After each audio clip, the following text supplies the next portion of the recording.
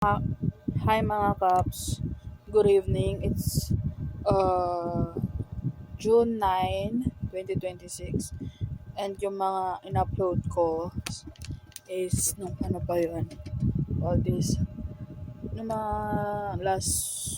last month pa, May, kasi diba May 16 nag-debut ang Sonara, so nabot ako na kalating buwan na edit kasi gumawa nga kami, may nasalihan akong group. And then, naging admin ako. So, naging busy ako doon. Yun din yung ginagawa ko. Ngayon, naglilista ka ng mga birthdays kasi meron kaming parang they call this trip sa buhay. Char. May pa-surprise kami bawat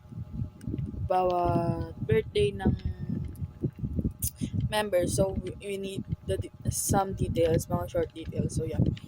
And, siguro kagabi ko lang din, kahapon, or na-post yung reaction video ko ng Sonara debut song, the song of Kuya J2X, yung Ako Nga Pala Si, tapos yung teaser ng album ng X-Love. So ngayon, pagsunod-sunod rin natin in just one night. So, yeah. So, siguro kapag hindi ko siya re-record ng isahan kasi hindi kaya na tong phone na gamit ko.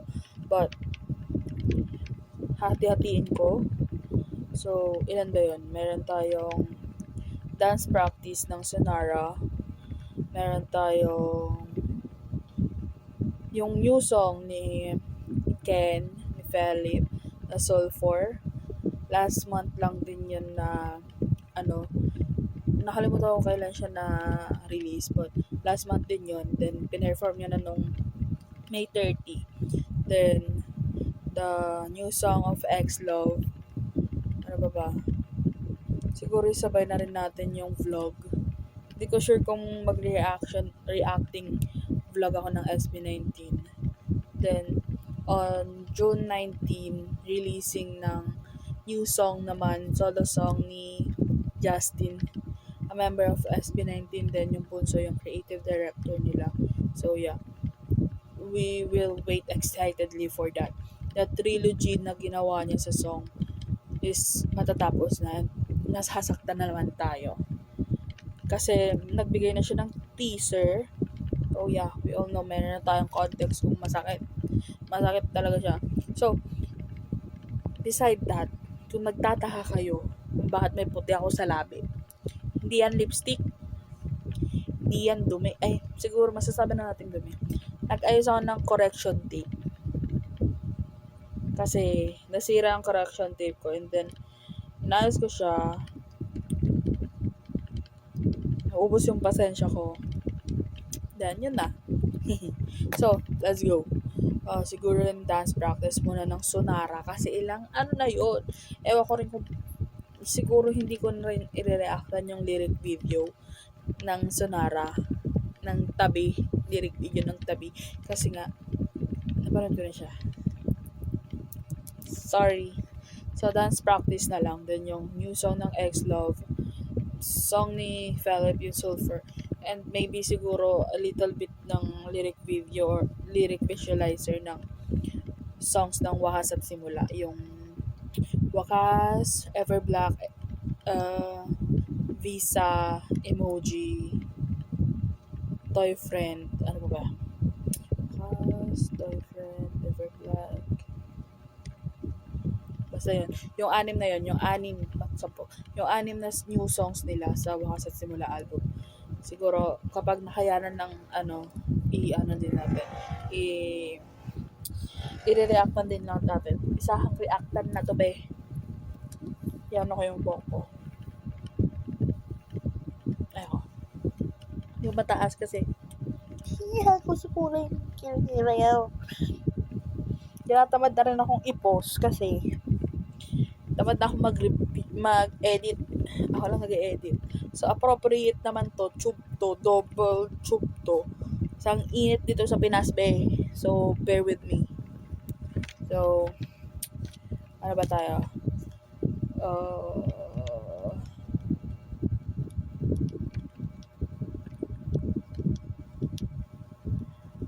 So, yung dance practice ng tabi. Nagsusulat ako, kakasimula ko pa lang, inulit ko ulit. So, yeah. I-test muna natin kung mag-ano siya, magre-record siya with the song. Sana maano siya. Dance practice. Okay, pati siguro na rin yung pag-ikigai. Then, magkakaroon na rin pala sila ng vlog soon. Kasi ano na rin sila ng teaser. Siguro marami tayo kasi meron pa tayong ng Show You Can cover ng Sonara na inano nila sa UMG page nung nakaraan lang. So, yeah. Dance practice. Marami na rin pala silang live ngayon. So, I'm curious. Okay. Teaser. Tignan muna natin if kaya. Or baka hindi ko na rin naman kakailanganin kasi pinig ka rin naman sa mic dito. So,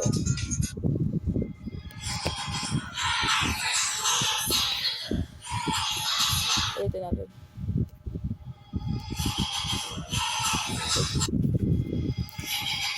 Cute ng plastic.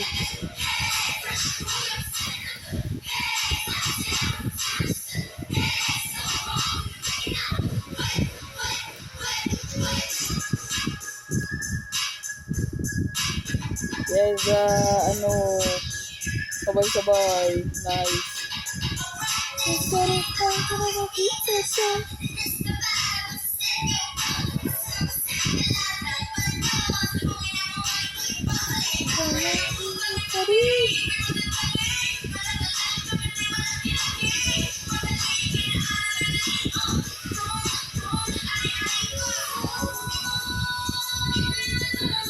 Yes, floor work. Floor work. Nice. Naka-bend. Gusto ko yung synchronization nila sa dance. Talagang they practice talaga and naging under din talaga sila ng W3. Talagang na-practice din talaga sila ng W3 ng sobra-sobra sa dance din talaga. And well, it's nice. Talagang it's good, it's better from other and ano pa bang tawag nito? They are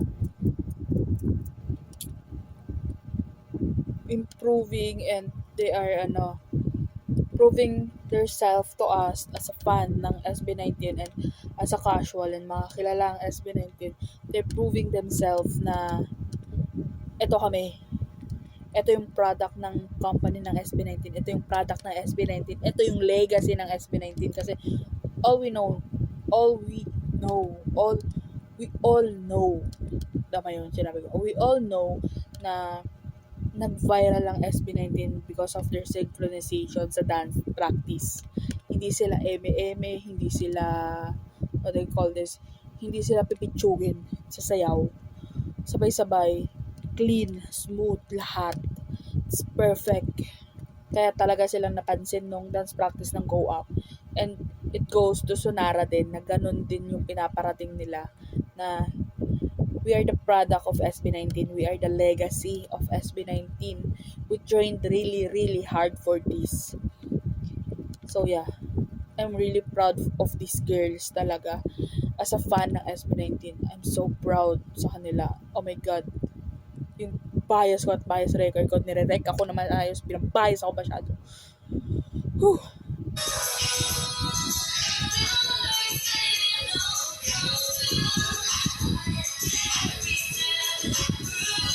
Okay, Dominic.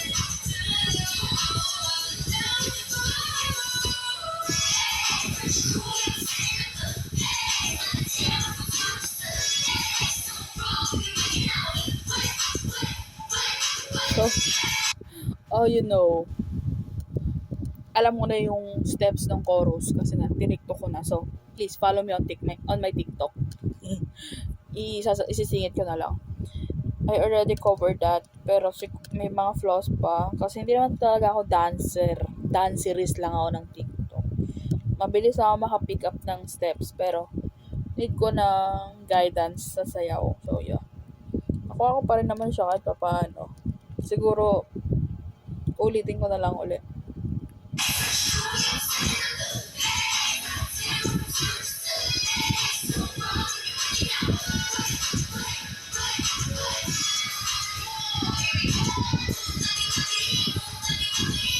Okay, Leslie. Leslie? Hindi, sinami pala yun. Okay, Tin. Eureka.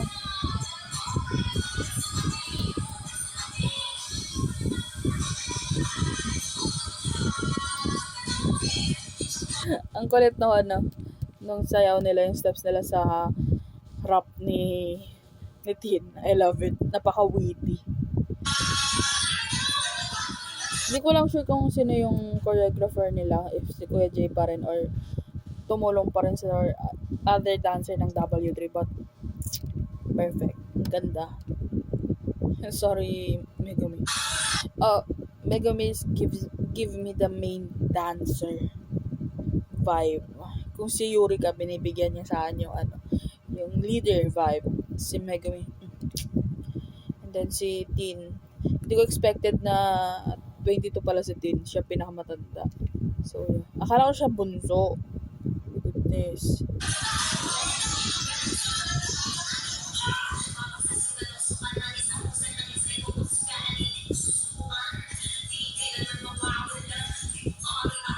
Yung step na yun, naalala ko yung, nakalimutan ko anong sayo ng SB19 yun, dance practice din. Hindi siya dance practice, I mean, parang siyang dance performance na may ganun silang tapos I think nasa gitna si Stel.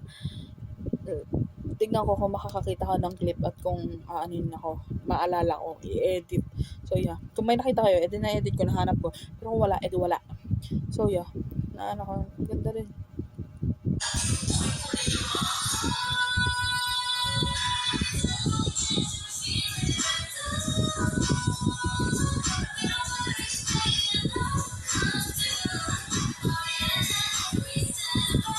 Okay. Oh.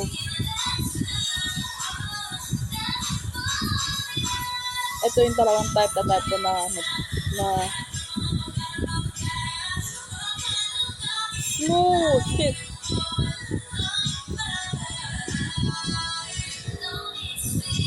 Kapatong smooth na transition nila.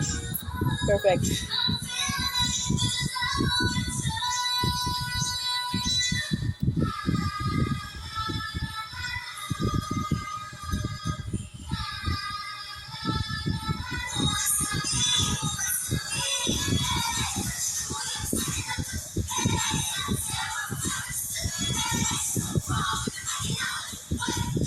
Mali.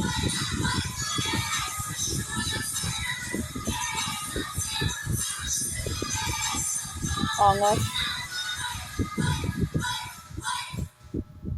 Yes, girls. Oh my God. Ang ganda. Oh my God. So perfect. Cherry on top talaga, we. I want to... Oh, yeah, tama ko. Choreographer, si Kuya J. Sabi na ba? Kaya napaka-witty nung mga steps, Kuya J. Perfect talaga. And performance coaches, si Josh Vedama and Nash. Okay. So, yeah. Please follow their social. Andyan na sa screen. So, yeah. And then stream. Okay. They are really proving themselves na worth it sila na i-debut, na talagang product sila ng Onesie, product sila ng SB19. Talagang pinaghirapan nila kung asan sila ngayon, pinaghirapan nila kung bakit sila nasa state na yon. So yeah, clean, ganda, love it. Siguro yung last choreo, last DC TikTok challenge, dance challenge, try ko. Pag-practicean ko. Pero hindi ko pinapromise na magagawa ko siya kasi hindi ako makakapagsayo sa harap ng bahay kasi ano. So yeah, I really love the steps. Napaka-witty, talagang yung synchronization nila sabay-sabay, napaka-smooth lahat, talagang pinactice, talagang pinag-aralan lahat-lahat. Good. Really, really good. So yeah, bye mga kabs. Let's see you mamaya. Mag-ano na naman ako mag-video so lahat. Yeah, bye!